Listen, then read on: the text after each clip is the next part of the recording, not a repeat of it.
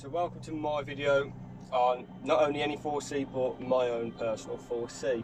I'm not a YouTube blogger. I don't go on Instagram and have thousands of followers, even though I will put an Instagram link in the video at the end. This video is purely just my experience with my Alfa Romeo 4C, my experiences, and also kind of to solidify the fact that this is not an unreliable car.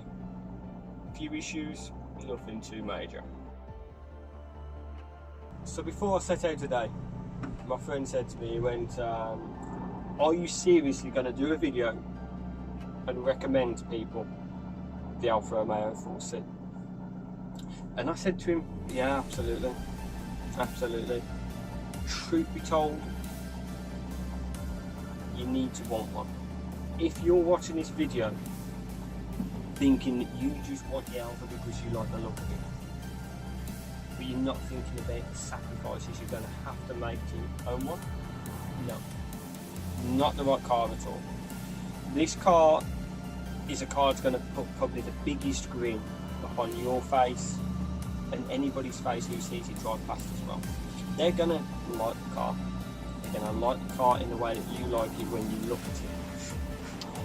If you then choose to buy the car, which at that stage then I'd hope you've done your research and understand that the car does have flaws, which are very minor and can be put aside. As long as you can put those to a side and buy the car, I'd hope to think that you've made the right decision. If you're going to be wanting an everyday sports car that can take you to the shops, that can be parked outside your road at home and not really worry about it, maybe it's not the right decision. If you're just buying a sports car to enjoy, perfect. So with the reliability, would I say this car's been unreliable?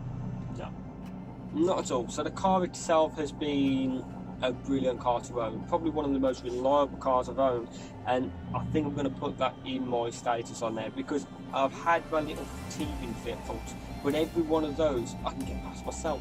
I don't need a dealership, and it's strange that I bought this car thinking I'm going to need a dealership right next door to me because this car's going to be in and out of there constantly, and that was generally what I expected. Actually, it's been very reliable. And very usable on a day-to-day basis. The lack of power steering, especially with these guns, is not the best, so you need to be quite strong.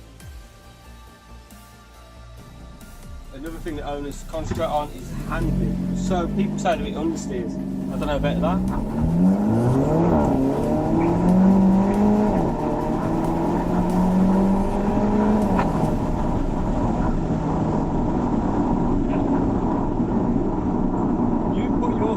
Off a mark in this car and the car is going to go. It's going to be enjoyable. Yes, you don't know which direction you're going to end up in, admittedly. That's a bit of a scary factor, but that just adds to the drama. The car is enjoyable. On top of that as well, if you want to get the arse end out, you only have to tease it a little bit and it comes out. Look.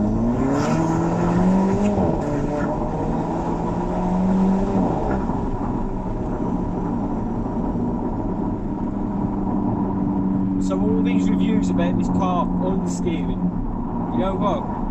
Learn to balance your right foot, because that is what controls this car's front end. It's not a car that understeers because it's terrible at handling. The reason why it understeers is because of the driver, and that's as simple as that. So I mean, you come to a turn, you want to turn, you can get the arse out in seconds.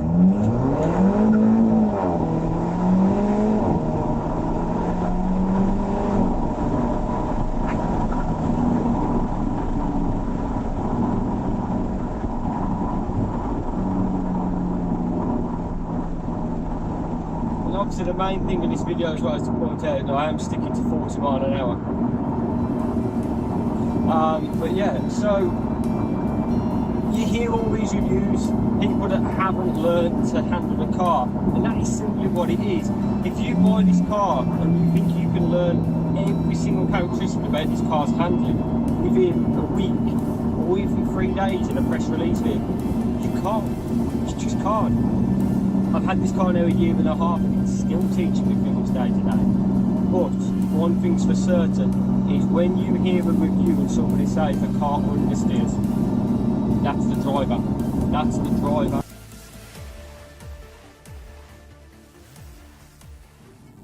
So less of the hooling around, more of the composed driving. So how does the car drive on a day-to-day basis? Very comfortable. In fact, I've got a friend who I work with called Nick, who's got an Alfa competition. Now that's got some belt seats in it as well, very similar to my own. Albeit those ones do like to eat into your spine. So you'll be driving that car and within an hour you need pain relief. This car I can drive to North Wales. Actually I might be doing it tomorrow on a North Wales road trip. So the car itself is comfortable, it's composed, it's enjoyable. So there it is, my Alfa Romeo 4C. Now the car itself, like I say, has been one of the most enjoyable vehicles that I've ever owned.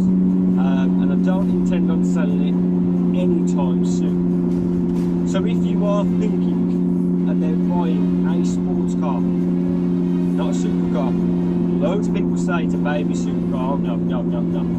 I wouldn't say that at all. I would say a sports car. But if you want to own a sports car that you can enjoy on the open road, that put a smile on your face every day, you have a bit of time to yourself, and you don't care about practicality, and you don't care much about spec either, do me a thing, do me one last favour, go out and buy one. Don't even think about it, because I spent 2 weeks thinking about it. That was 2 weeks that I didn't have this car for. Don't